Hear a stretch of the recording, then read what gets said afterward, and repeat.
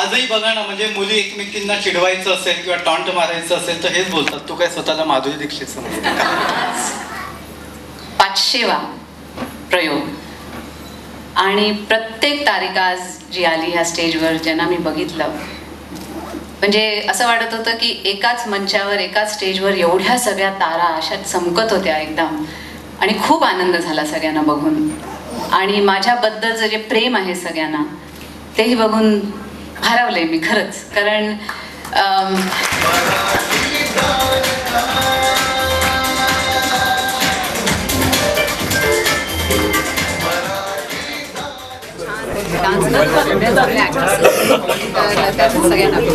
नक्कीच. आणि सगळ्या